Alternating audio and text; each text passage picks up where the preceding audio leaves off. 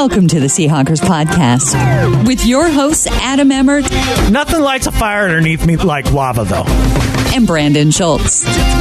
I'll do my preparation for the Super Bowl volcano, but I'm going to wait till next year. Go Hawks!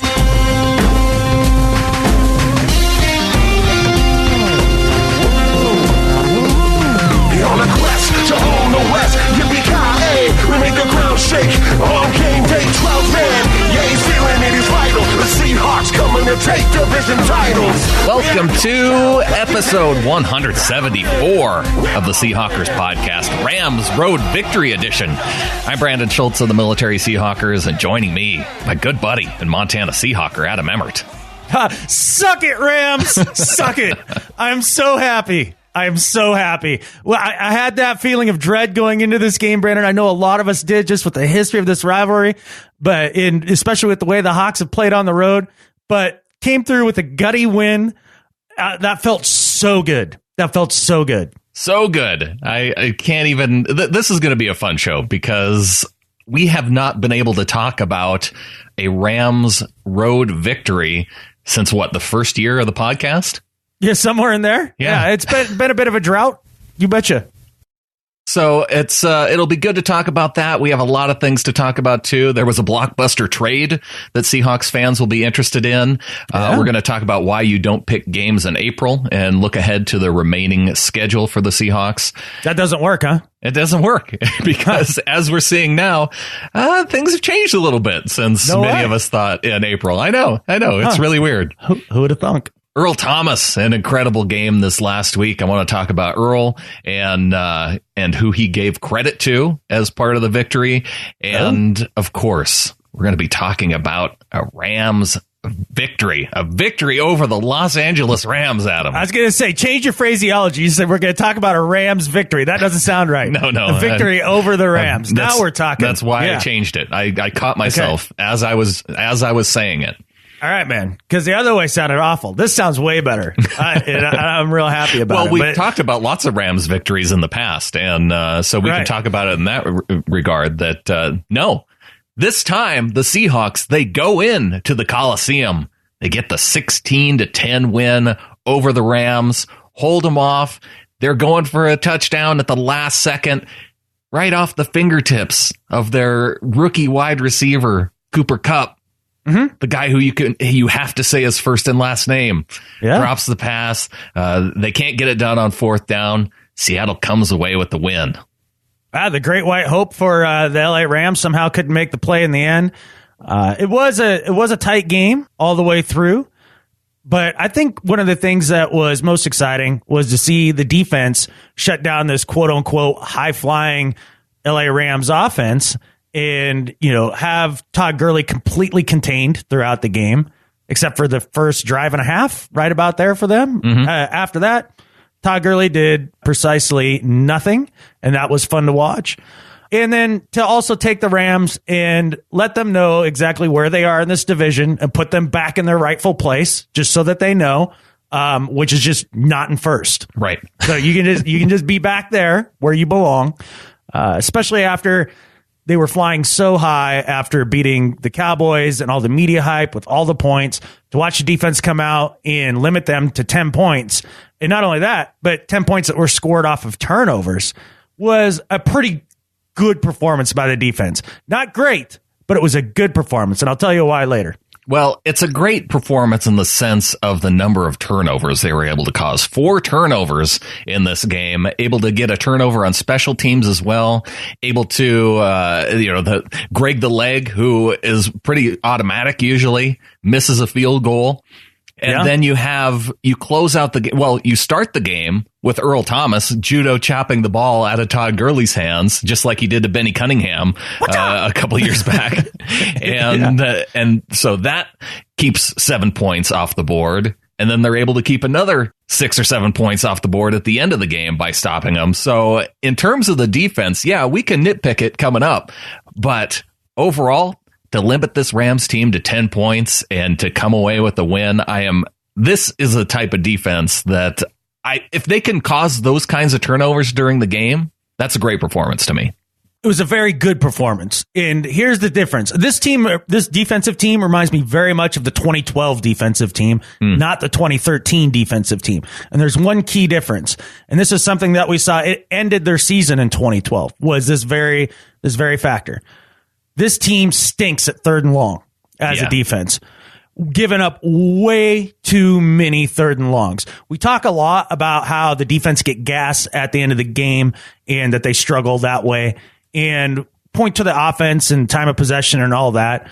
Well, this defense could go a long way to help itself out in that category. If they want to go from being very good to that elite level defense that they were in 2013, because that was the big change between 2012 and 2013, is you saw them clamp down on those 3rd and longs. They need to clean that up. It is absurd to give up 3rd and 12s, 3rd and 17. It's insane. And then not only that, but you'll have like a 3rd and 12 and then get an illegal hands to the face on Frank Clark that has nothing to do with the play, give up a first down, and away they go. That's the big thing that this defense needs to clean up. I don't know exactly what the deal is because I haven't been able to sit down and watch the all-22 cam yet, but you see us playing a lot more man coverage than maybe we have in the past. I think maybe that has something to do with it. Guys get their backs turned to the quarterback and are ran out of the play a little bit, and then they dump it underneath and are able to pick up that extra yard or two at the end of the play to pick up a 3rd and 12 or a 3rd and 14. That's got to change. Yeah, on the one Rams touchdown drive, the Tavon Austin 27-yard run, they gave up a 3rd and 8 early on in the drive. Then they give up on the 3rd and 11 is where Austin gets the touchdown. I agree. There was a couple times where Jared Goff got outside. There was just nobody there to prevent him from running for a first down. And yeah, maybe that's just something that you'll give up here and there. You live with that because that's Jared Goff running. Right. And we saw what happened the last time these two teams played, where Richard Sherman put a pretty good hit on Goff for running down the field. Right. So basically the idea is that you're committing the linebackers to be sure to cover Gurley out of the backfield, which we talked about a lot. Down the seam. Right. So if you're going to do that, you got to leave a guy in. Out of all the guys, I'll leave Goff. Sure. Okay, fine. He'll pick up a run or two. That's fine. You just totally live with that. But they did contain Gurley out of the backfield really well. And I think that's something that should be applauded. Once they kind of took that away and they ended up clamping down on Todd Gurley, you saw young quarterbacks start to get flustered by a pass rush that finally showed up. Michael Bennett with a sack in this game, Frank Clark with a sack, but their ability to put pressure on Goff is what was important. Absolutely, and it didn't have to be a blitz to get that done. And I think that was a huge component of their success, was they're able to drop back in coverage, stop Gurley without having to, really bunch everybody up in the box. And then at that point, there's really not much for that Rams offense to do. And, the 7 points that they scored on the touchdown, they finally got us with a Tavon Austin play out of the backfield the first time in like 5 years. One. I guess it'll happen. I do like how they're using Tavon Austin, though. The decision to move him to running back versus trying to use him as a receiver, I think, maybe after seeing what Green Bay did with Ty Montgomery. Yeah. So they're not completely wasting their money on Tavon Austin. Yeah, I guess. I mean, it's still, when you see him in the game, it's going to be something wide. It's definitely not going to be something up the gut. It definitely is a tell in their offense when he comes onto the field. And you saw later in the game when they got down in the red zone, they tried using Tavon Austin as well, and that didn't work. So it just that was something we were able to bottle up. And really, this Rams offense struggled all day long. And just like we had said earlier in the week, bottle up Gurley, try to make Goff beat you, and see if a second-year quarterback struggles. That's exactly what happened. Jared Goff on the day, 22 completions is all on 47 attempts, 6.1 yards per attempt. He does throw for 288 yards, 2 interceptions, quarterback rating of 48.9. Yeah, I could give a crap about yards for the most part. Yeah, they had the ball a lot in the second half. I mean, well, they were stopping the run, which forced Goff to pass. And so when you go into the game, we talked about it leading up to this game, how Richard Sherman talked about, controlling that little dump off pass to Todd Gurley. Pete Carroll talked about it. It was clearly a focus of the team that they were going to shut down Todd Gurley and those short passes. And one of the ones ended up going right into the arms of Sheldon Richardson off the fingertips of Gurley. Seahawks need a stop here on 3rd down and 20. Goff is going to set up a screen pass, and the ball is picked off. It's intercepted by Nas Jones. I think it's Sheldon Richardson. Oh, it's Sheldon Richardson. I beg your pardon. I thought it was 92, not 91. It's Big Shelton.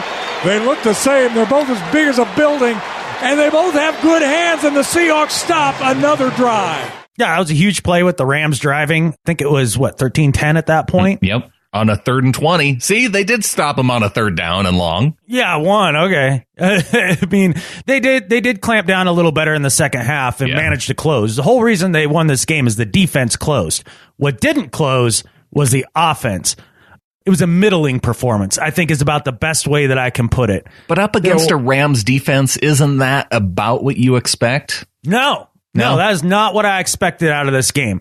The most frustrating thing in the world to me in this game, and I had a bit of an epiphany after rewatching this game, was the idea that this Rams defense is terrible against the run. And all we want to do is try to reestablish that running game. And you saw us come out and lay a huge egg in the running game. Couldn't do squat. It was craptastic to the nth degree. And I think it's one of two things. And they're both equally as frustrating to me. One, our offensive line, and this is scary to say, is a much worse run blocking team than a pass blocking team. Yeah. They're awful. They're awful. That's the part of their game where they have the most struggle right now. Well, we saw it early when both Ibushi and Brett whiff on Aaron Donald. You know, the one guy that you really want to block when you're running the ball. Both of them whiff on getting to Donald. They're really even laying a hand on him, and he's in the backfield for a 4-yard tackle for a loss. Yeah, Donald's going to get you here and there. I'm fine with that. It's overall consistency of it. I just feel like you should probably get your hands on him, like actually touch him physically. Well, that's the idea. Yeah, no doubt. But the other frustrating part about this is that they started the wrong damn running back.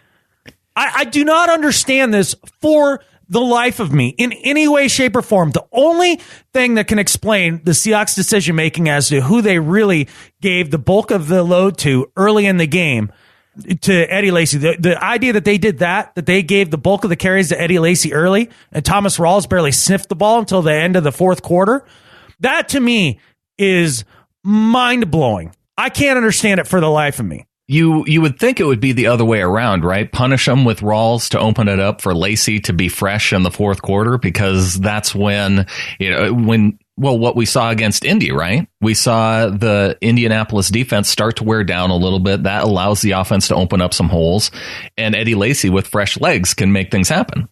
Maybe. I'm totally over Eddie Lacy. He literally has no spot in the running back depth chart for me. And here's why. The offensive line right now, and this will continue all season, we're not going to be able to go out there and push guys back 2 to 3 yards, let a big bruising back run behind him and plow forward for another 2 yards and get that 4 to 5 yard carry every single time, because that's all Eddie Lacy is. He has no explosiveness to his game. He's never going to break anything. He's got a spin move, Adam. You saw that in this game. Wonderful. The least effective running back move in all of running back moves, the spin move. Like, basically, it can be used once in a blue moon out in space. Otherwise, like a stiff arm or a jump cut or a dead leg, all of the good running back moves, he has none of them. So if you don't have an offensive line that can consistently get that 2 to 3 yards push, and you could start moving the chains that way with somebody like Eddie Lacy, you need to start somebody like Thomas Rawls, who, sure, gets bottled up, but that one play that the offense creates a crease, he's a guy who can really take advantage of it and get that 10, 12, 20-yard gain. Eddie Lacy doesn't have it. I think we're clear on where your fandom lies within the backfield. This isn't even fandom. This is just pure facts, logic, and reason. Yeah. I really like Eddie Lacy, the person. I really like Thomas Rawls, the person. I'm just looking at their play on the field. And the other reason I have no room for Lacy back there is the kind of the epiphany I had. And tell me if you agree with this, Brandon. Maybe not epiphany. I'm finally just coming around to what a lot of you have been saying. it's time to open up this offense and trot out 5 wide, 4 wide, almost all the time. Doesn't necessarily have to be hurry up. Yeah. But it's time to keep them spread out. They're starting to split out Jimmy Graham more. We're having success with that.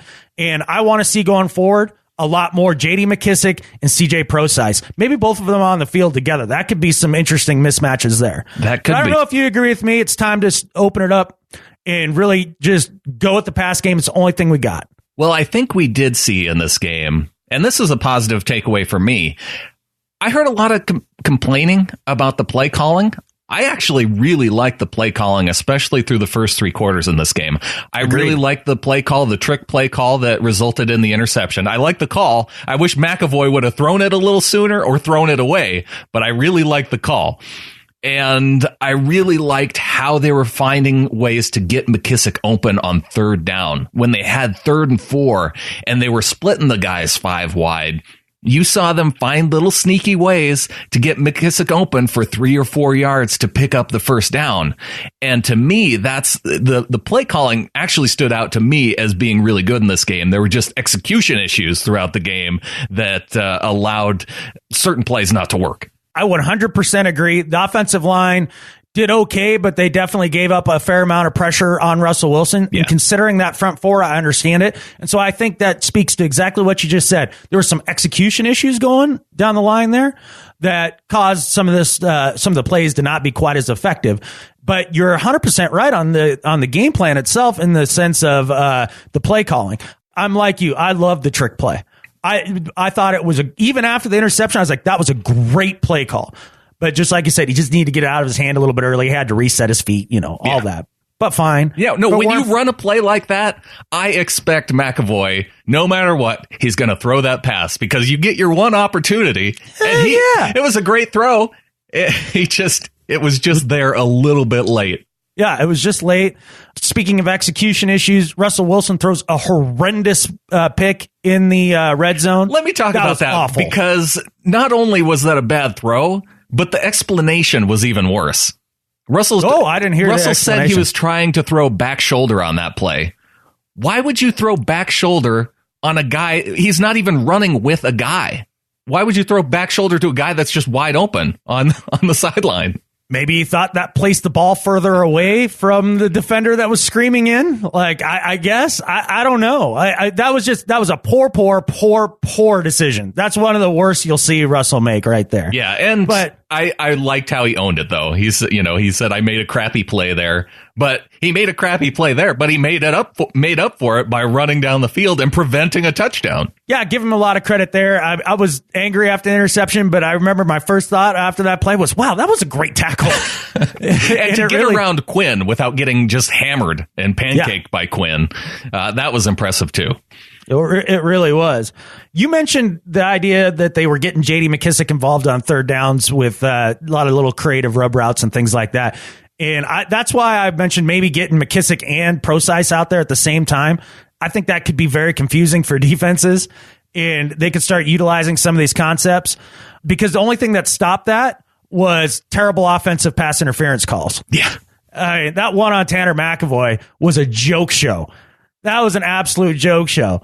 There is no, if that's offensive pass interference, I'm done watching the NFL because it's no more offense. You can't do anything. The one thing I will say about that play, I will say that the way McAvoy moved, like to try and get his shoulder, it looked like as he was turning around, he kind of leaned his shoulder toward the guy before. That's the only thing I could think to see what the official saw in that. But yes, it was a blown call. You should be able to run those types of routes. He was turning around, getting in position. So what if he leaned over a little bit? It's not like that's not the type of pick play that referees are really trying to call. Every other team in the league gets away with it, but somehow we don't. I mean, poor Jermaine Kearse got the brunt of that last year, and now it looks like Tanner McAvoy is going to be that guy this year that they just pick on. But I think one thing that's clear is we're going to have to. A lot of people are lamenting over the fact that the yards per pass play was really low. I can't remember what the number was, but it was a low number in comparison. 5.4 yards per attempt for Russell Wilson, 24 completions on 37 attempts. Only 198 yards, but if you're going to run a spread out offense where you're replacing the run game with short passes to set up now your chunk shots down the field, right, that's the number that's going to take a hit. So if it's me and I'm looking forward to this offense, I think we got to spread them out. Make sure we're keeping Jimmy spread out in the formation as well, because he was super effective in this game, and start utilizing the horizontal passing attack. And it's about time to give up on the running game and just start running McKissick and Procise to the outside and run them out in routes. I think that's the answer going forward. Well, the one guy I'm not ready to give up on, Jimmy Graham, who got a touchdown reception on this pass. 2nd down and 4. The little alley-oop pass to Graham. He goes up and makes the catch. Touchdown, Seahawks! And every member of the offense runs to number 88. How long have the Seahawks been trying to get that hookup between Russell and Jimmy Graham on an alley-oop pass, and it works perfectly from 4 yards out, and the Seahawks put 6 on the board. Down 10-0 up until that point after the Tavon Austin run, a Greg Zuerlein field goal. The Seahawks finally able to make that play work and get the ball to Jimmy Graham in the end zone and he made a good play by him holding on to the ball too, seeing the linebacker getting the hand on the ball as he was coming down with it. Lo and behold, when you take the worst throw out of Russell Wilson's arsenal out of the playbook in the red zone, suddenly you score a touchdown to Jimmy Graham. They didn't throw the freaking fade. Right. They actually had Jimmy body him up and throw a quick comeback. And that's something Russell throws well. So that actually worked out really great. They didn't throw the fade, and it was a beautiful thing. Jimmy also led the team in receptions, tied in receiving yards, scored our only touchdown. I've seen a lot of people, Ron Pepper, I'm looking at you, talking about the idea of trading Jimmy for Dwayne Brown of the Texans. This is something we can talk about more later. But just like you said, Brandon, I am not ready to give up on Jimmy Graham yet. No, definitely not when you see him make the difference that he did in this game. Not only did he have the touchdown catch, he also had a couple of first downs in this game, and nearly got a first down where he took a huge hit from, I think it was Mark Barron that came in, that did a great job of limiting, stopping us and from getting a first down in one spot. But the other thing that was cool to see, the Jimmy Graham touchdown comes with 13:05 in the second quarter. The defense able to shut down the Rams, get a quick 3 and out. They get the ball back, drive down the field, and Blair Walsh with a 48-yard field goal. This time, he gets it done at the end of the half. From the 48, a 48-yard field goal. It's long enough. It is up, and we have a tie ball game at the Coliseum in Los Angeles. As we head to the half, the Seahawks scrap their way back from a tough first quarter to tie this thing at 10 apiece. Holy smoke, what a job. I think one of the most surprising things about this game, Brandon, and I'm glad that we should have almost led with this. We won on special teams. Yeah. Like, our special teams was way better than the Rams special teams throughout this game. You had Tavon Austin nearly muff a kick very early in the game. Muffs a kick. Actually muffed it the second time. Right. Greg the Leg actually misses a field goal. And John Ryan outduels Johnny Hecker at the punter position. Like, when it comes down to it, special teams, give him an A on the day. Blair Walsh made all his field goals. And not only that, but he didn't even look shaky. Like, they were all just like, bump, right down the middle. Right there. Right down the middle. Yeah, every one of them. And one from 48, another from 49, and then the last one from 35 when they're trying to run out the clock. Pete Carroll, credit to him for making the decision to go for a field goal and not trying to go for it on 4th and 2 at the end of the game. Right. So pretty cool game by the special teams. I'm glad you brought up that 4th and 2 at the end of the game, because the last thing I want to say about the offense is they absolutely wilted towards the end of the third quarter, all through the fourth quarter. That was a terrible job of closing out a game. It was awful. They put in Thomas Rawls finally. They start running the ball, basically using that stretch zone play. And again, offensive line can't push anybody anywhere. And the couple little creases that Rawls got, he was able to get you 5 or 6. But for the most part, he was making a dude miss and then trying to fall forward for a no gain. And so basically, they ran the ball 5 times in a row towards the end of the game there and got diddly and allowed the Rams the opportunity to come back down the field and actually have an opportunity to win the game. When Frank Clark gets the strip sack and sets you up down there at the end of the game, you got to score a touchdown there. You can't just settle for a field goal. But still, an amazing play by Frank Clark. Shot out of a cannon. Goff takes the shotgun snap, steps up, ball is slapped up in the air and almost picked. It's a fumble. He's still moving. Sheldon Richardson. It's a fumble. Richardson snatches it and runs down the far sidelines. It looked like it might be an incomplete pass, but the officials never blew their whistles.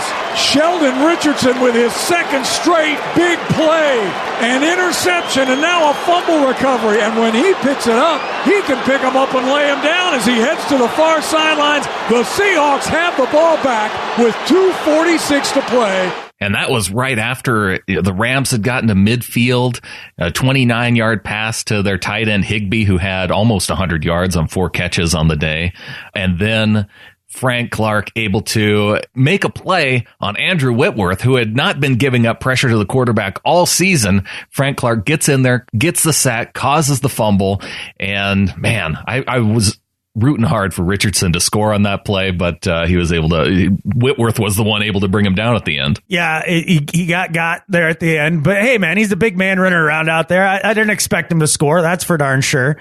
But Frank Clark on that play, that's Von Miller-esque right there. I thought that was just, if he could harness that, he could be absolutely unstoppable. I think the opportunity now that he has with Cliff Averill missing a lot of games coming up here, I believe, be my guess, is that this is where we really get to see Frank Clark take it to that next level where he really is one of those guys people look at and go, well, there's a star on that defense. And he could be that guy. I really feel like it's coming. No, this is his opportunity for sure. And a lot of times we see the star players on the defense really make themselves known when an injury to a player ahead of them on the depth chart happens. Right. And they go out and do things to the point to where you go, there's no way we can go back to the way things were before. You know, when Richard Sherman came in, it was clear you can't go back to, bringing Richard Sherman in off the bench. Just as now with Jeremy Lane out, you're looking at saying, yeah, Shaq Griffin's a guy that I think we need to have out there the entire game at the outside corner spot. And yeah, maybe you see Lane sharing some playing time with Coleman, but you want those guys on the field as much as you can. Yeah, I'm really glad you brought up Shaq Griffin. I thought he played an excellent game. His tackling was fantastic, not allowing the big play, keeping everything underneath. And, you mentioned the idea that guy gets a chance because a starter isn't available to play. Well, that starter really is Deshaun Shedd. And we're hearing from Pete Carroll right now that Deshaun Shedd has the Giants game circled on his calendar. He's close to coming back, and he's a hell of a player. Now, do I think he'll play in the Giants game? Probably not. That'd be my guess. They tend to be a little cautious with guys when they're first coming back after a long injury absence, right? But when he does come back full force, him, Shaq Griffin, and Coleman, it's going to leave Jeremy Lane the odd man out because he is not having the bounce back season that you and I both felt like he had. But Griffin and Coleman playing excellent. And with the addition of Deshaun Shedd going forward, this secondary is going to be lethal because when you look at it, Earl Thomas is having a career year in the defensive backfield. He's Superman. I can't speak more highly of him. You mentioned the fumble, but he also had the pick, which was really fun too. And Goff goes out of the shotgun with a slot to his left, takes the snap. Rush comes toward him. The ball is wobbling in the air. It's picked off by Earl Thomas. He's across the 40, heading the other way. Sidesteps one man and a second. Keeps his feet. Runs toward the sideline. He's still on the move and finally pushed out of bounds. Far sideline. The ball wobbled coming off. I think he might have had his arm hit. And Earl Thomas playing center field picks it off and stops another Rams drive. The Seahawks have it in Rams territory. And that was fun to see. And I know you were talking earlier about giving up the plays on 3rd and long. And that was the same drive where Frank Clark got the illegal use of the hands penalty. They're able to continue the drive down the field to get into Seattle territory at that point. But Earl Thomas able to come up with the interception at that point. The Rams drives in the fourth quarter, 3 and out to start, and then it would have been a 3 and out had Frank Clark not been called for not committed a penalty, but instead they get a turnover. The next one, Sheldon Richardson gets the fumble that they take down inside the red zone.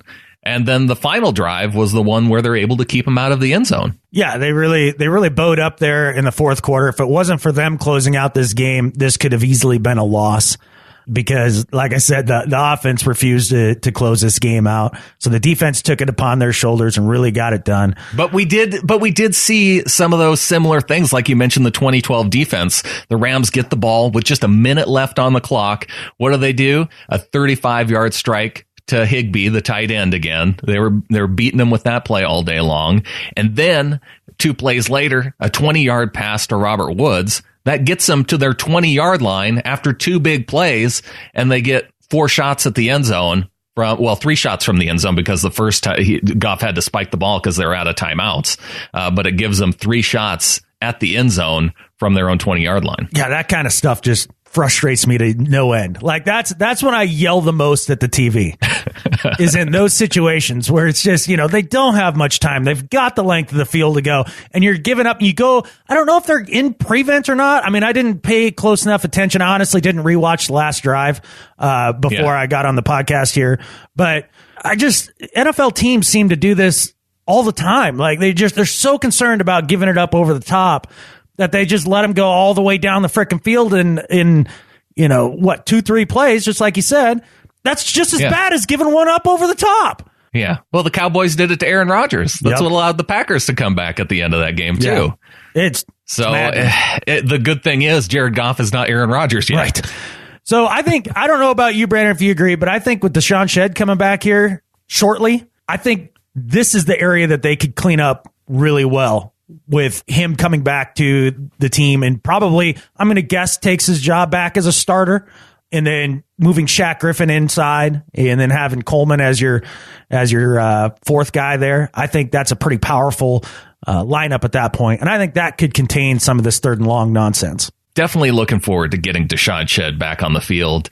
I think, he's one of those guys that did everything that he needed to do to work and get himself. You know me. I love the stories of the guy who is undrafted. Yes. And able to an FCS school, right? Yep. With Portland State. Yep. And able to work himself into a starting lineup, into a spot in the Legion of Boom. I want him to come back and be the player that we expected him to be and to push Shaq Griffin, who, yes, he's a rookie. It's showing a ton of promise. That could be having the competition among those 2 guys and who's going to see the most playing time. That's nothing but a good thing for this team. And I'm looking forward to getting him back. Yeah, the Portland State thing is the only thing about his story that doesn't add for me. That's a major subtraction. Go Grizz. It's not Eastern Washington. I don't care. Go Grizz. But your Grizz fandom runs deep. So deep because I don't even know the record. I couldn't tell you who the starting quarterback is. I know nothing. I really have no clue. It's probably not the year for that, so it's okay. I haven't known for years and years and years. But that'll be a cool addition. This whole game, although I had my frustrations with it, which I've made known here, it does feel good to watch the Rams walk off with a loss. It was really fun to hear all of the Seahawks chants throughout the crowd, to hear how much the crowd cheered on Seahawks big plays. I'm going to go out on a limb here, Brandon, but I'm pretty damn sure that Seahawks fans were louder than the Rams fans in that stadium. Like you said, making big plays. When there's a Jared Goff interception, and you hear a noticeable cheer from the crowd. And not a groan? That's a really good sign that you have your fans there. Todd Gurley, he tried, man. Tried to get people to come to the game. He begged people to come to the game. Please come to our games. Please come to our game. But no, the Rams fans can't even bother with their team 3-1, leading the division, leading the NFL in points. And you can't find a way to get to the stadium on Sunday? Come on. Yeah, it was pretty bad. I know one fan that was showing up, though. It was Sam, or as he goes by on Twitter, at Johnny Bohr. He tweeted at me that he heard me say that LA fans are notoriously quiet. If you hear someone screaming, "How you like that, Adam?" during the game, that's me. At Johnny Bohr, I didn't hear that. What I heard was Hawks. I heard a lot of that. Yeah. Didn't hear anything else, but I appreciate him coming at me, though. That was fun. I appreciate Rams fans tuning in to see what we have to say going into the last week. Yeah, I'm guessing they might skip this show, though.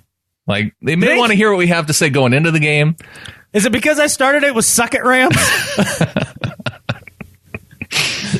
that could be tuned out by then. Okay, all right. That could have been the cue to turn off their, to go to onto a different podcast. Not doing this today. Yep. All right, man. Well, 16-10, or what? Yeah, 16-10, wasn't it? Yes, 16-10. But 3-2, that's the number I like. Hey, you know what? I think we missed on giving one guy some credit in this game. Oh, yeah? Yeah. Ethan Posick, the leading kick returner for special teams. Congrats to Ethan. I can't remember who posted that in the Ring of Honor, but that was funny. That was funny. I had not noticed that. Yeah, 13-yard return.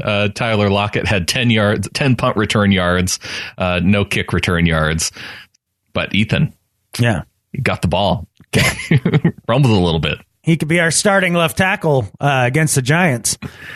So what are the Seahawks going to do about their offensive line? Because after the game, Pete Carroll did confirm, although he did it in a weird way, as far as trying to give credit to Mike Garafolo for having this report. Because after the game, he was asked about Luke Joeckel and if he was indeed going to have his knee scoped. And Pete Carroll in the press conference says, "Oh yeah, where did you hear that?" And the reporter said, "Oh, Mike Garafolo." And he's like, "Oh, well, let's give Garafolo a little credit there." That's weird to me. That's Pete. That's Pete. He likes being playful with the media. That makes sense. The one thing it made me think is that Garafolo report may have been a leaked report specifically to him for some other favor down the road where they're going to need Garafolo to report something for the team. Well, what that was for was to signal clearly to the Texans that, yes, we are indeed interested. Yeah, with Dwayne Brown still holding out their left tackle. Houston fans, clearly, they're okay with getting rid of Brown at this point, holding out. They're ready to make a deal. If this were a deal between Seahawks fans and Texans fans, I think we'd find a way to get this done. But I guess it has to go through the GMs. I guess it does. So if you had the choice, Brandon, because there's two guys that are linked to the Seahawks through reports right now. One is Dwayne Brown that you'd have to trade for, and the other is Brandon Albert, the former Dolphin in Jaguar, two-time Pro Bowler, who is a free agent.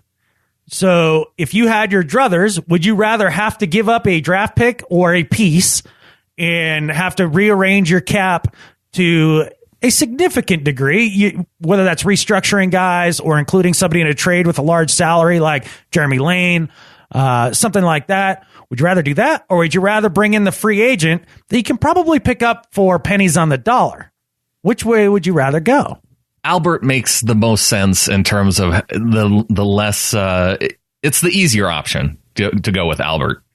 Dwayne Brown, probably the better option. How you can make that happen, and they could make it work. You can restructure a dude. You could. I think Houston they'd be able to take Jeremy Lane and use him.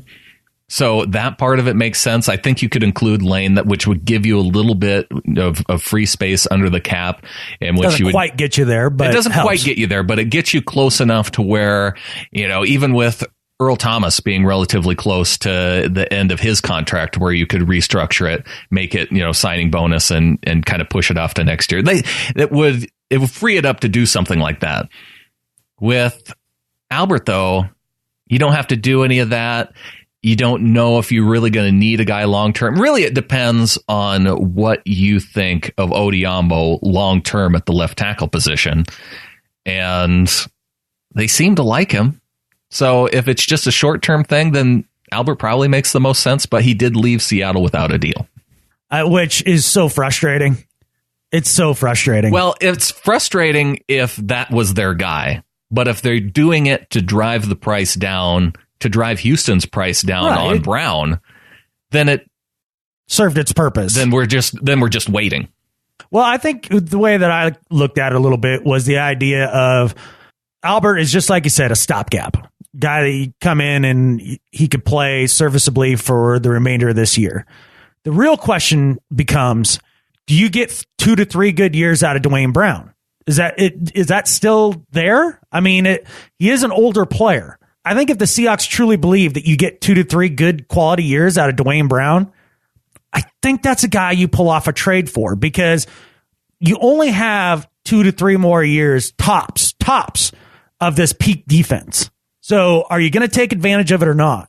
This is your window. And Dwayne Brown makes sense in a trade right now if you truly believe you can get 2 to 3 years. Now, if it's only a 1-year rental and you have to give up those kind of assets to get him, then I'd go with Albert. That's my gut. So what do you think of the idea out there? Well, I already know the answer to this because you said it before. Jimmy Graham for Dwayne Brown, because that is the easiest way to free up enough cap space to bring in Brown. Yeah, I'm not into it. I think there's other ways to do it. And I'm not even sure that the Texans would be all that interested. Yeah. Maybe bring in another weapon for a young quarterback. I mean, I get that, but it's also clear that Jimmy Graham is not at his best with an improvisational quarterback. And that's exactly what Watson is. He plays a lot like Russell Wilson. So really where Jimmy thrives the most is that kind of timing and rhythm offense that a Manning, a Breeze, or Brady kind of thrive under. Mm-hmm. And that's where his biggest contributions can be. So I don't know. I don't, if I'm the Texans, that's kind of a non-starter for me. I think I'm not sure I'm into that. Like Jeremy Lane in a draft pick, like a decent draft pick, that gets my attention more if I'm the Texans. And are they able to, if they do work in a draft pick, are they able to make it work salary wise to where Houston is able to cover part of that salary for just this year? I don't know quite enough about the salary cap, but I think there are ways of making that happen. They can take some of Dwayne Brown's salary. Like they would have to eat part of it in the trade. Like they can take part of his salary and convert it into signing bonus, which stays with the Texans upon the trade. Like, so there's some tricky things that can be done. So if we were to throw in a high draft pick and a player, that might be able to make that workable. It's plausible. It's absolutely plausible. So we'll see what the team does. The Jokel injury. Look, the thing with Brandon Albert that is really just fascinating to me, and why I can't understand why they wouldn't just sign this guy. This is a guy that struggled in Jacksonville, right? Mm-hmm. But is a 2-time Pro Bowler at one point, and we signed somebody who struggled in Jacksonville, who was almost a bust there. Signed him to a 1-year deal, no problem, and he's turned out to be an upgrade. He's turned out to be serviceable, and yet we won't pull the trigger on the guy who's had even a better track history. Right. I don't understand. And now Brandon Albert going along and visiting the Giants. Yeah, we could see him in 2 weeks. We could see him in 2 weeks, and that would be hard to take if he's playing for the Giants and actually contributing on some level. And where you go, you don't want Brandon Albert to be Jari Evans 2.0, even though he didn't actually play for the team for any amount of time. You don't want to see him slip through and go and play well for another team. Right. And it's all those little things that change throughout a season that make it pretty much unpredictable. And I think this is something that you wanted to get to a little bit this week, Brandon, was prognosticators in April. And the reason why I wanted to look at the schedule, Adam, is because Cameron Cole on our Facebook Ring of Honor says, well, our next 2 opponents just got a little less challenging. Beckham out for the year for the Giants with a broken ankle, and both J.J. Watt and Merciless out for the year for the Texans. You can't predict the injuries, but like Cameron said, it does change the complexion of the teams that we face moving forward. Because what prognosticators in April predicted the New York Giants to be 0-5 after 5 weeks last week? an incredible amount of bad luck as they saw 4 of their starting receivers go down.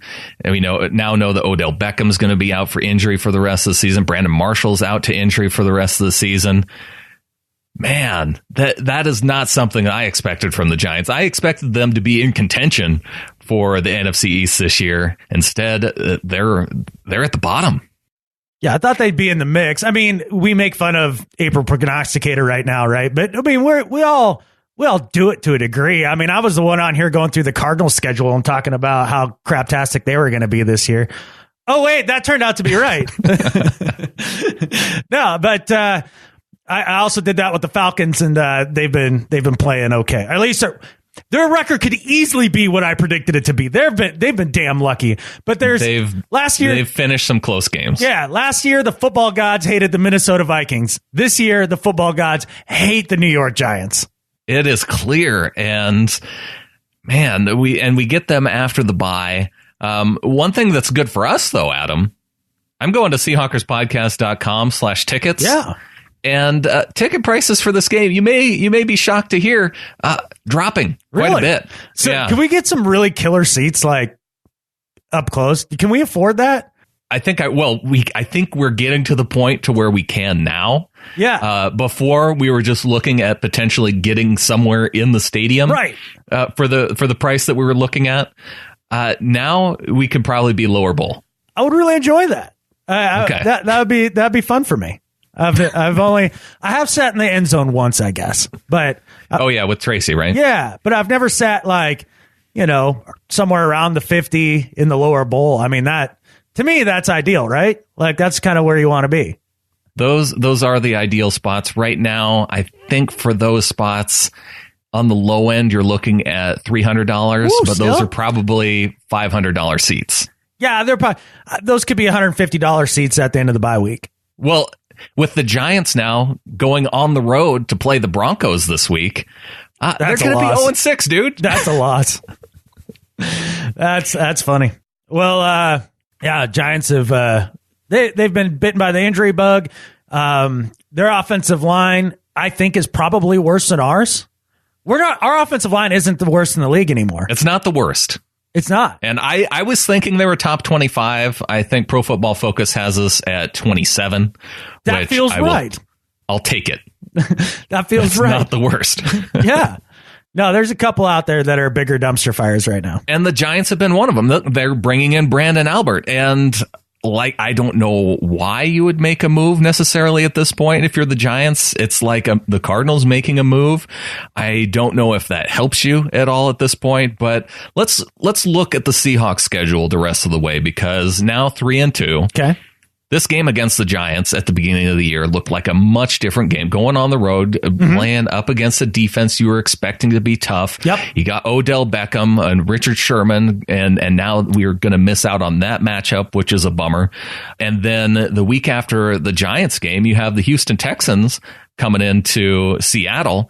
But while their offense is looking really good now, they lose 2 huge pieces on their defensive line. J.J. Watt, Whitney Merciless, down to injury, out for the season for the Texans. Yeah, and already out the linebacker. What's his name? The guy, Brian Cushing. Yeah, the guy I can't stand.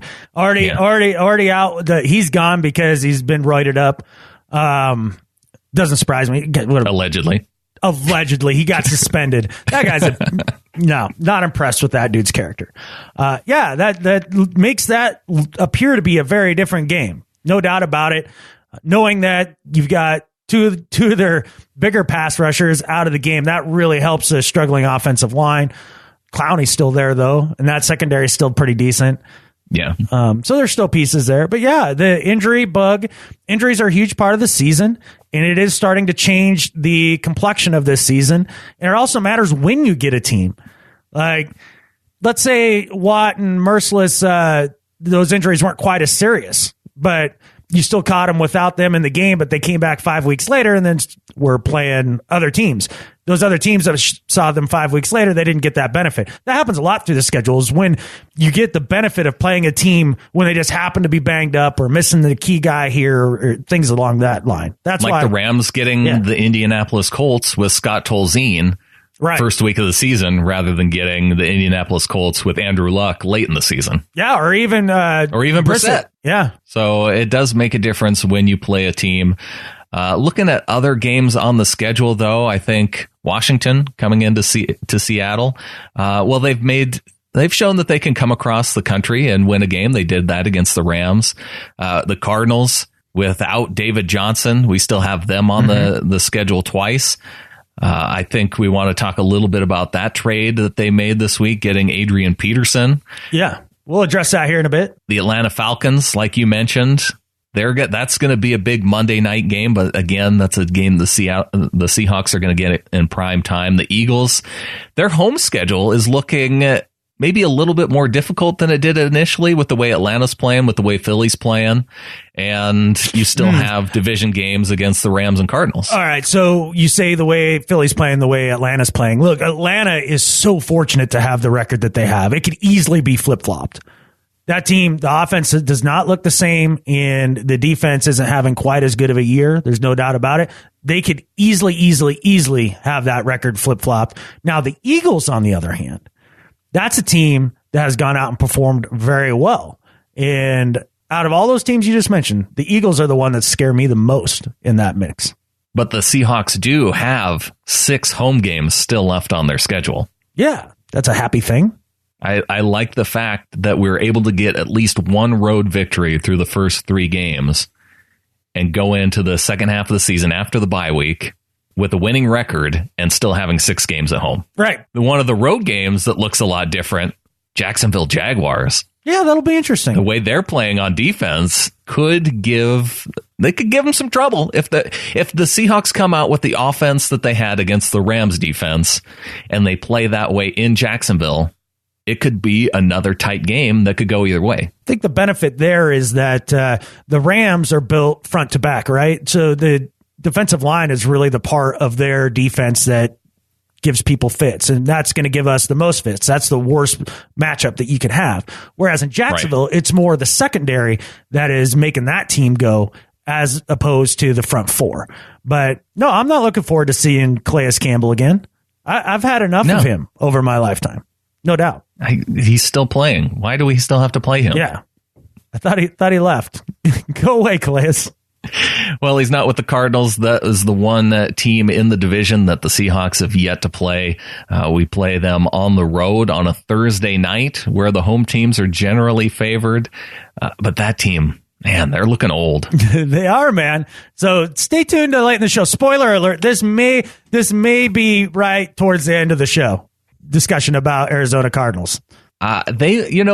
Speaking of other teams with bad offensive lines, with their injury to Upati, they might have a worse offensive line than the Seahawks. All right, man. I keep trying to put this Arizona conversation off for the end of the show. Okay. But if you want to talk about it now, fine. Here we go.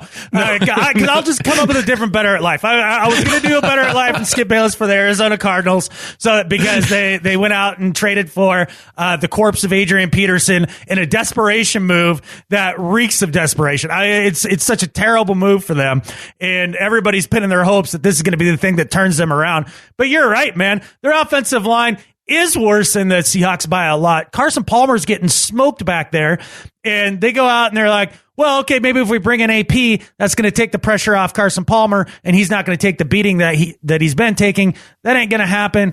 AP doesn't have anything left. This is great. I'm so excited to watch these guys go down in flames. Well, it was cool this last week when you saw a completely different strategy from head coach Bruce Arians. Normally, we see him blame players all day long for the team not having success. Coach Arians actually looked at himself in the mirror for once and said, maybe I'm to blame here. Whoa. I know. Yeah, there was a chilly day in hell. That's what had to have happened there, because just like you said, somebody who doesn't take a lot of ownership often for things not working, that's interesting to hear. The other part of their debacle in Arizona is the idea that their defense got absolutely torched by Carson Wentz and company. I mean, they got smoked early. That defense, everybody kept telling me, oh, they're going to be good. They're much improved. And I'm sitting there thinking, how? They lost Calais Campbell. They lost this dude. They lost that dude. Jerome Powers is their second corner. Like, this is going to be a nightmare for them. Oh, no. They're going to be good. They're going to win a bunch of games. Okay, then.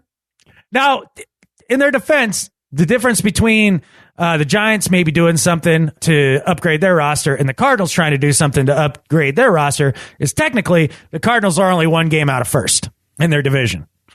Technically, with wins overtime wins against the Indianapolis Colts and the San Francisco 49ers. Right. Those are the two wins on the schedule. Yeah, and the Lions made them look bad. Cowboys. Oh, yeah. And the Eagles crushed them. Yeah. They're going in the wrong direction. No doubt about it. But I find it hilarious. I think this is going to be fun to watch the rest of the way. This reminds me a lot of Emmitt Smith showing up in Arizona at the end of his career. Hall of Famer for sure, but just there's nothing there. I think Adrian Peterson takes the Arizona Cardinals from a 5-win team to a 6-win team. Maybe 4 to 5. It makes them better. Yeah. Maybe it takes them from a 4-win team, but keeps them a 4-win team. But instead of having 12 losses, they have 11 losses in a tie mixed in there. So it makes them a half game better. A half a game better. Yeah. I guess makes Chris Johnson's life a little bit easier, as I enjoyed seeing the reports that people put together where Chris Johnson was complaining about Adrian Peterson not getting more touches, Adrian Peterson being signed by the Cardinals, to Chris Johnson being cut by the Cardinals. Right. So, yeah, that's the way the world works sometimes. I think it works out better for Johnson's deal. Now he can... I don't know if he ends up anywhere. It seems like the Cardinals are the only team that even wants him, and now they don't. So, I don't know. Does Bruce Arians make it through the season? Oh, yeah, he makes it through the season. Really? If they end up around 4 or 5 wins, do you think that nobody's calling for his head by the end of the year? I don't think he would be a quitter, and I don't think Steve Keim is the type of guy to fire a coach mid-season. So is it Steve Keim then that gets the axe? Because somebody's head's got to roll. Their expectations have been super high for the last few years. I don't think Keim's going to lose his job because I think the Cardinals have done enough with their acquisition of young talent that Keim keeps his job. How can you say that when they are so old, and that is the whole reason their roster is falling apart? Because they're so old. They have to start completely over getting new guys. Right, but that's why I'm asking. If you got so old, where is this new talent that he's supposedly brought in? Where is it? They've brought in some younger receivers behind Fitzgerald, the Browns. Who all have mediocre. I don't know about mediocre. One of the Browns is good. We've talked about that. He's all right. Seriously, do any of those guys really scare you? Not yet, but just as we see with young guys on the Rams offense, young guys on the 49ers defense, after a few years, Marcus Golden, solid talent, David Johnson, it's just a lot of their young talent right now is on the injury list. Kimdiche is on the injury list. Golden. Yeah, Kendichke, or whatever his name is he's not going to be good, so that's fine. He could be a guy that if they brought in the right coach, they might be able to develop into an average player. Negative. Nope. No way possible. None. He's a coach killer. He's the Jay Cutler of defensive linemen. You still got Patrick Peterson. You still got Tyrann Mathieu. I think they have the parts on defense where they can still be good. Budda Baker, he has the potential to be good. Hassan Reddick has that potential as well. I think they have enough potential on defense. The unwillingness to take a quarterback these last few years, I don't understand. No, that was a really odd way to run a team. There's no doubt about it. I couldn't understand where they were coming from. Because you knew Carson Palmer was going to just fall off a cliff, and I guess they figured it'd be after this year, but it happened the year before. And that's why I think Keim is probably listening to Arians enough to where Bruce is saying Carson still has a couple more years left in him. Fitz still has a couple years left in him. Let's hold off on replacing these guys, continue to build the defense while we have these guys on offense. And Arians just wasn't able to see it. And I'm thinking maybe the GM took his word for it. He must have. But even with all that talent you tried to rattle off on the defense there, their defense isn't any good. I don't know what's wrong with their defense. They don't have a pass rush. They got rid of Campbell. I think what's wrong with their defense is Todd Bowles. Todd Bowles left, and that defense started going downhill fast. Yeah. I'm looking at the name of the defensive coordinator. I've never heard his name. James Betcher. Yeah, he needs to do better. No, he doesn't. He needs to keep doing what he's doing. Yeah, that's a good point. Yeah, have at it, James. Doing an awesome job. Coach James. Coach James. All right, Adam, what do you say we go into the break, come back, welcome some new members of the flock, and get into some do better and better at life? All right, sounds good, man. I'll be looking up a new better at life while we do that, since couldn't put it off. And we are back. Be sure and check out Seahawkers.org for a Seahawkers chapter near you. I know, Adam, I am looking forward to going out to New York, stopping by Carlo East to hear. I've been in New York before, but I have yet to check out the Seahawks bar, Carlo East in New York. I can't wait to go. It's going to be a lot of fun, man. I haven't done any of that. I've never even been to New York. This is going to be a very interesting experience, but definitely looking forward to hanging out with some fellow 12s there, a few of the listeners and all that. This is going to be fun. I know we have several members of our Ring of Honor who are going to be there. Clinton Bonner, Gary Bloom. It sounds like they're going. I don't want to see Gary. You don't? I don't want to see. No, I don't want to see Gary and have him tell me all about his good picks.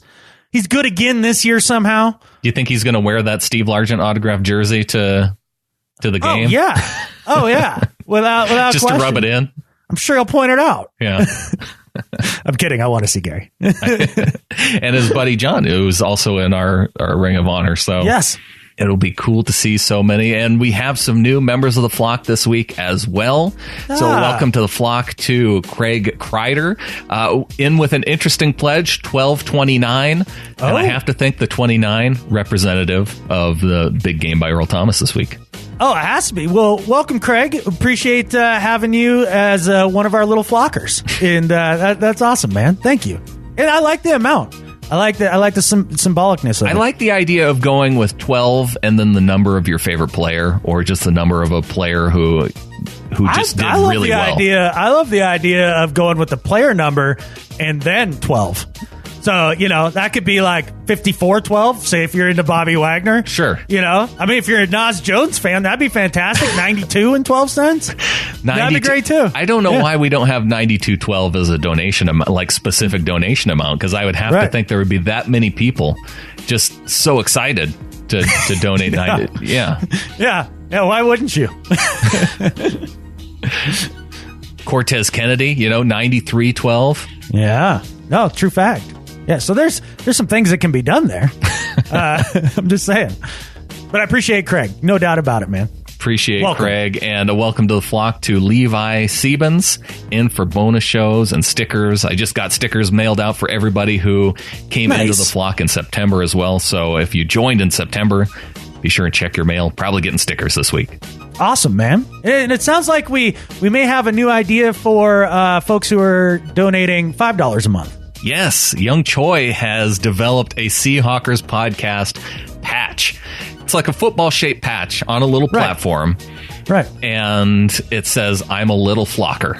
So there's a squarish flap on the bottom of the football, and it says, "I'm a little flocker." Yes, it does. And Young knows my opinion of this, and so he made it so you can actually remove it if you're someone who doesn't like the little flocker moniker.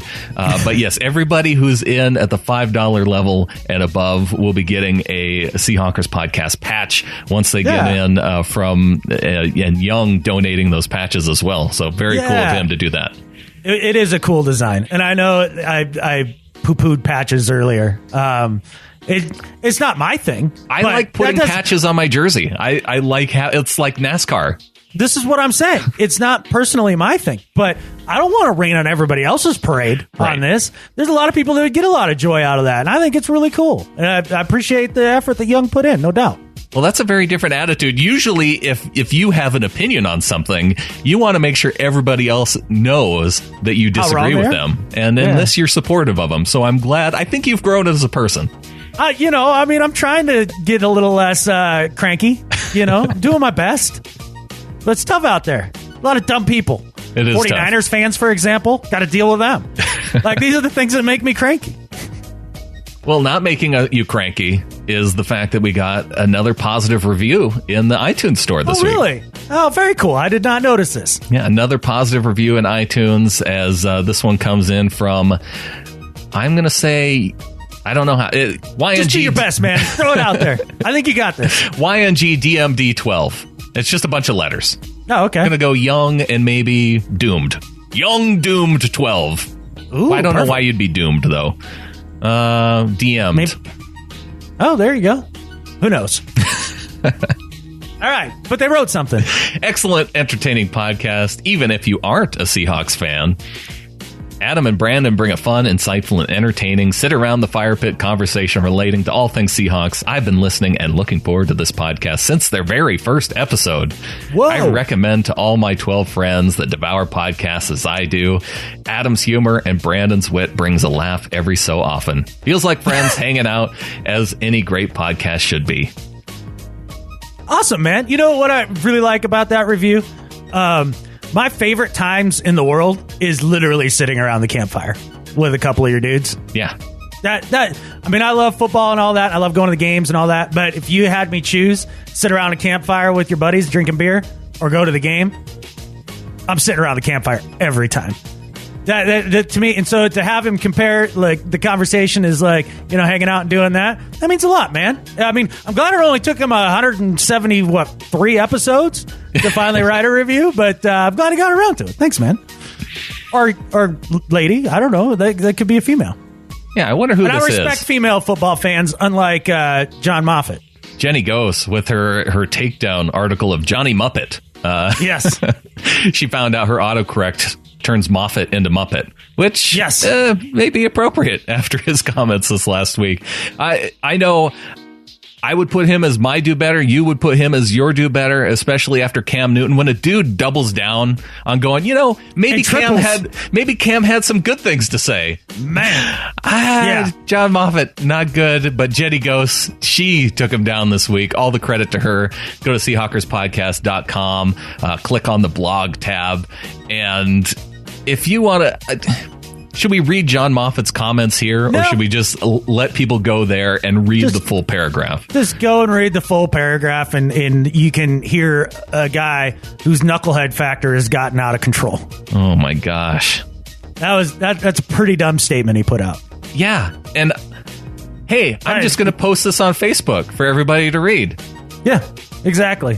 Well, fortunately, we got Jenny on the job, and makes him look like the Muppet he is. Look, the autocorrect with players' name, like the Karen Williams thing that happened to you.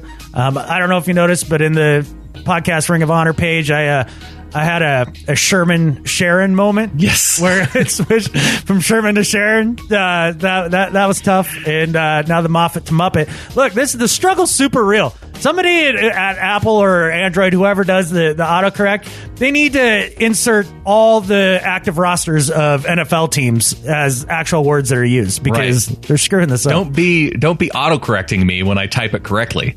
Yeah.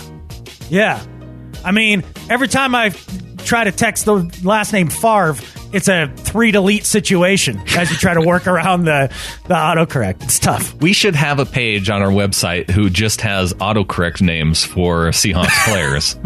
You have Karen Williams, John Muppet, Richard Sharon. Yeah. This could be fun. This could be really fun. All right. Well, also fun, on our bonus show, we had a discussion about splashing. And that was not fun. That's not fun.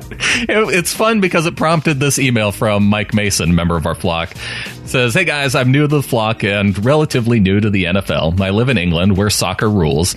And I just wanted to thank you for your hard work. Your insight into the game means I learn a little bit more every week, and it distracts me from work, which is, of course, a bonus. Praise aside, let me get to the point of this post. please never mention splashing again, ever. I can't unhear that conversation. I know. I can never unhear that conversation. My ears didn't deserve it. We're having a charity bake sale at work today, but you ruined my enjoyment of cake. Shame on you.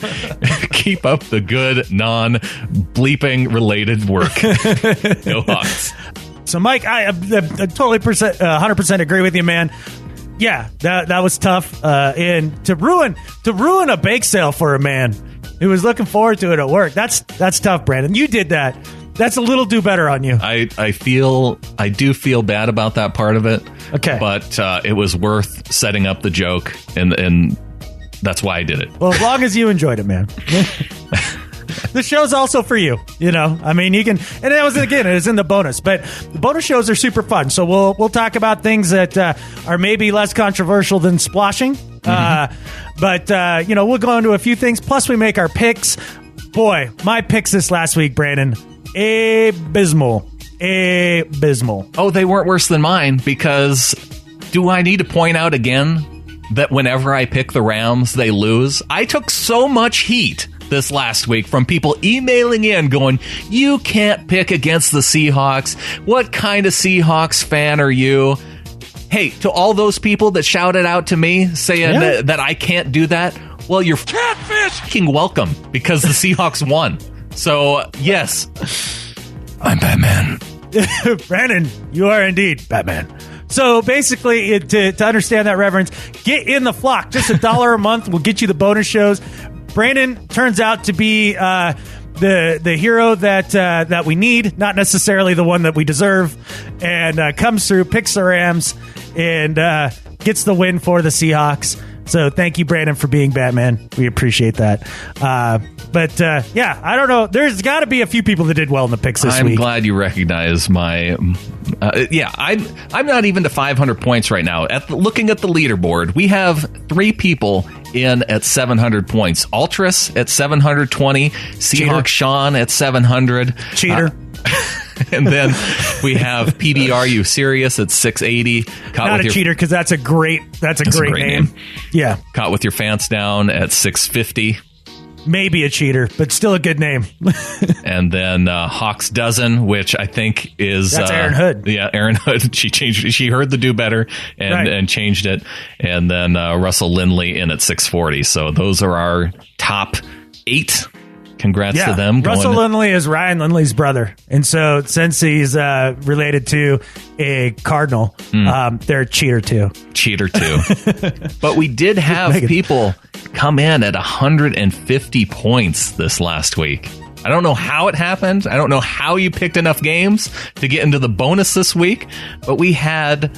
Maybe it's just the volume of people. With 450 people in our league this year, we had 24 people get into the bonus this week. That's a bunch of crap. There's no way. There's only one way that happened. Like, you set up your tablet on your coffee table and you get your dog to pick the games with his nose. Just bump the screen. That's the only way that happens. Look, just because I ruined my Hawkra by picking against the Seahawks, I would have had much better luck picking the exact opposite team this last week, because I only had 40 points. You only had 40? I only had 40. So all right, let me look it up here. I think you had 60. But you look it up. I'll congratulate Muffed Punter, Holy Catfish, who came in 150 points this week, getting 140 points. You won't, but Russell Wilson, Super Tegmo Rawls, PBRU Sirius, and Altris in for 140 points. Congrats to them. And if you didn't hear your name called, it's because you haven't changed your team name yet. Change your team name like Aaron did, and I'll be sure to call out your team name when you score among the top scorers. Yeah, Brandon has no tolerance for this. So I had 70 points, but that's still not good. No, it's not good. No. But you know what is good? You mentioned there's like 400 odd some people in our league, right? Yeah. You know what that's more than? That's more than the Around the NFL podcast has in their Pick'em League. Wow. Yeah. So for a room filled with heroes, you guys are behind. I'm just calling them out right now. Taking them down. Looking at Dan Hansies for sure. Like, because I'm sure he'd like to think that he's smoking everybody on this, but no. It's us. Well, maybe Chris Wessling needs to come and join our league because it's cool to hear him back on the show this week. Oh, yeah. We've talked a little bit about that before. And, definitely excited that he's back. What do you say we get on to some do better and better at life? All right, man. Let's get into it. I'm going with my do better this week. And my do better this week is for CBS. CBS, what the heck were you thinking this last Sunday? I don't understand this for the life of me. For those of you who don't know, and I don't know why you wouldn't at this point, but Brandon and I live in Northwest Montana. Now, I just want to ask you a quick question, Brandon. Is Northwest Montana closer to Seattle, or is it closer to New York or Los Angeles? I'm just asking. I know you didn't want a geography lesson today, but which one is that closest to in proximity? In terms of proximity, I know I can drive to Seattle in a day. I'm not sure I can drive to those other two places in a single day. Right. Okay. So Seattle closer. Now, the next question would be then, Brandon, did the Seahawks and Rams play last week for the potential lead in the division? They did. Was that up to? It's a true fact. That division leading game. Okay. So that's true. How many wins do the Chargers and the Giants have combined? Now they have combined for one. Because they played each other and one team won. That's the only way that can happen, right? So, in all of their wiseness at CBS, they decide to air the tail end of the stupid 0-4 versus 0-4 New York Giants versus LA Chargers game instead of the Seahawks game. I had to watch on my tablet. What a joke show. It wasn't on the Fox affiliate here in Missoula. I couldn't watch it on Sunday Ticket, all because they chose the exact wrong game. Who wanted to watch that dumpster fire? I don't know who did. Even Mrs. Manning didn't want to watch that game. So for CBS, for screwing me over and making me watch this game on a tiny screen, do better. Why didn't you just do like me and drive to Lincoln County on Sunday to watch the game? That was the one county in the state that was actually airing the game on CBS. Really? Yeah, it was really weird. I guess. I don't know. But I wanted to watch the Hawks. I should be able to watch the Hawks over local TV. Like, I bought an antenna just to play by their little rules so that the local affiliates can run their commercials and they can get paid. Like, I'm playing the game and I don't get to watch the game. Move to Lincoln County, dude. I guess that's your option now. I don't know, man. I don't know about Lincoln County. Maybe Granite County. All right, man. Well, my do better this week is for the Dolphins' former offensive line coach. We've been following football, watching the NFL for a few years now, Adam. We've seen some strange things. Yeah. But I can't say I've seen a video from an NFL coach doing drugs. And maybe it never occurred to me to go looking for such a video, that such a video was out there. Yeah. But this last week, the video found us. It found all of us. Yeah. It's some of the strangest catfish I've ever seen. I don't know how strange it was. I mean, did you watch it? It was strange. If you haven't seen, that seems like a fairly normal drug fueled video. That is the way I would put that. If you haven't seen the video yet, one, I'd be surprised. But if you haven't seen it, there's a guy using a rolled up bill, snorting something that looks like cocaine while talking about how much he misses and wants to spend time with the person he's sending the video to. Yeah. And maybe this will shock you, Adam, but I can say I've never once done drugs to prove how much I miss my wife. Never done that before. No, you never snorted a Viagra to prove your love? Prove your affection? No, never have. Huh. Guess that's just me then. No, I'm with you, man. No, I've never done drugs in tribute to love. That's for damn sure. Yeah. I can put that. Yeah. So let me just remind the former offensive line coach what most people would do in that situation. You pick up your phone, you use the phone app on your phone to dial the numbers to the other person's phone. And you say, hey, I was just about to go into a meeting and I was thinking about you. Just wanted to call and say hi. And then that's it. Instead, dude decides to shoot a video that if it gets out, it could ruin his career. Man, do better. Yeah, man, do better. That was something like out of Any Given Sunday or something. The movie. Oh, that's true. That's kind of what it felt like a little bit. And, the other thing that, dude, just, if you're going to do something illegal, don't videotape yourself. Why would you videotape yourself? I don't understand that for the life of me. And, it's one thing to send something to your wife who you know and trust and have been with for years and years and years. It's another thing to do something illegal and send it to someone who is not your wife. Yeah. Right. Why would you do that? Well, clearly the decision-making process isn't exactly the greatest for this coach. May have been slightly inhibited. Yeah, Coach Forrester definitely needs to rethink some of his thought processes. No doubt about it. Well, on to Better at Life. I ruined your Better at Life initially. Yeah. You probably came up with something better. I don't know if it's better. I just found it interesting. So whatever. This is short notice Better at Life, and that's why I'm going first, because I'm hoping yours is better. My Better at Life this week is for Arizona State University graduate student Hannah Shamloo. And you're like, who the hell is that? That's a great question. I didn't know about her until 5 minutes ago. Hannah is one of the researchers working on some studies involving the Yellowstone supervolcano, Brandon. We talk about science a lot on the pod. The Yellowstone supervolcano. And we often talk about space stuff, or I do, right? Because that's a fascination for me. But the other fascination I have is the supervolcano in Yellowstone, because that could wipe us all out in just a half a second, basically. I mean, we're close enough to where it's a bit nerve-wracking. We're right on the edge of it. Yeah, I mean, it would be a bad day. Yeah, it'd be a pretty bad day. It's the second out of all the natural disasters, it's the second one I worry about the most. The first being tsunamis. Tsunamis terrify me. I hate being out on the coast in tsunami land. Like when I'm in a tsunami zone, I am acutely aware of it. Like it worries me at all times. I'm going to the coast, Oregon coast this weekend, and I'm worried about the tsunamis. But the supervolcano concerns me almost as much. And the cool part of what Hannah Shamloo's doing with her, the rest of the group of scientists out there, is they're trying to figure out how the super eruption is triggered. And there's been a lot of theories over the year, and they've been doing some studying of the microscopic crystals of the lava that forms after these eruptions. And by looking at it very closely, what they found out is that there'll be a rush of fresh lava only about a decade before a super eruption, or a decade or two. So in geological terms, that is a blink of an eye, right?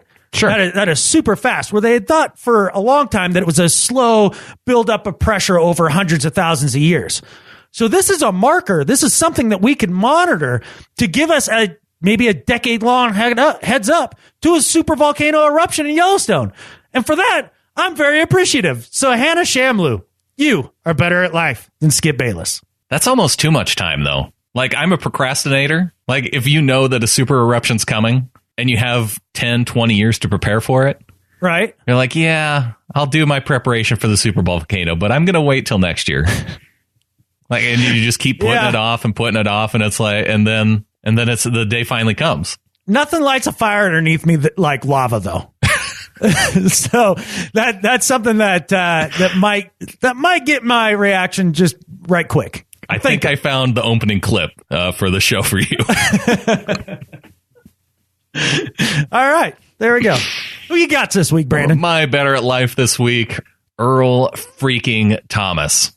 I put freaking because he's another guy. I don't think we know his middle name, much like Shaq Griffin. But true, Earl Thomas. Not only, and Richard Sherman pointed this out, he had a great quote after the game. He said, I've never seen that play before that Earl did the first time, and he's done it twice. I've never seen anybody else do it, and he did it both times to the Rams. It's crazy, but Earl is a heck of a player and deserves a lot of credit for never giving up and fighting until the last second. So the play you're talking about is the chop of the football that saves the touchdown and causes the fumble, one that is reminiscent of the one he had years prior. Yes, and Brady Henderson of ESPN, the dude who took over for Sheil Kapadia at ESPN, he goes into the history of why Earl Thomas caused that play the first time. He said that he talked to Cam Chancellor, and they were apparently watching film of a play against Philadelphia where Earl Thomas appeared to let up as Zach Ertz was going into the end zone. And the fact that he didn't go all out on that play bugged him. And Cam says, we talked about it. And he was saying, I got to finish that play. And then after the Rams game came out, and he finished that play. He got Benny Cunningham to fumble the ball into the end zone. And then Cam Chancellor did one similar on the Monday night game, Calvin Johnson, where he punches the ball out of Calvin Johnson's hands right as Johnson's going over the goal line.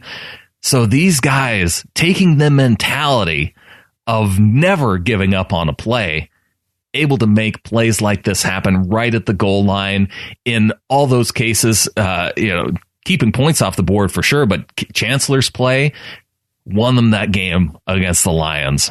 Earl Thomas with his play was a big contribution to winning this game against the Rams. And Earl Thomas, he mentioned of who he thinks about in that particular moment. An inspiration to Earl Thomas says, I did a great job watching those Bruce Lee movies and trying to carry it over to the football field. So for Earl Thomas and for Bruce Lee for mentoring Earl Thomas, better at life than Skip Bayless. Bruce Lee is mentoring Earl Thomas from beyond the grave? Yes. Wow. That is pretty impressive. Not only he is somehow better at life than Skip Bayless, even in death. Bruce Lee, right? as part because of your better life. The legacy of his great movies for Earl Thomas to enjoy, and for Earl Thomas to take that move onto the football field, causing fumbles and winning games. Okay, so I know Earl Thomas was your better at life, but to clarify, Bruce Lee better at life even in death. Right. That's important to recognize. I didn't know that was possible. That's possible. That's a brand new idea for better at life. Now we can. That opens up a whole nother can of worms for the show. We can go with a bunch of historical guys now. People who are dead, who their legacy lives on and allows other people to be better, can be better at life than Skip Bayless, who's still alive. Right. So interesting. Okay. Well, now that opens up the whole thing. This is going to be much easier to choose. When you're 174 shows in, you really got to start opening things up. Now the possibilities are endless. Sounds good. Let's wrap this up. I got to get on the road and drive to Emmett, Idaho. Working in Oregon this weekend, so I got a long few days ahead of me. But it's good to get on here and talk about a win with you, man. Thanks for taking one for the team. It's appreciated. You're the man, the Batman. I'm Batman. And you got to do what you got to do. And I knew going into that week that if I was going to have any effect on this game at all, it had to be by picking the Rams to win, knowing that when I do that, they lose. Yeah. But I'm not taking credit for the win because Earl Thomas clearly had a lot more to do with it than I did.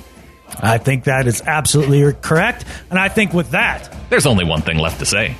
Go Hawks. Go Hawks.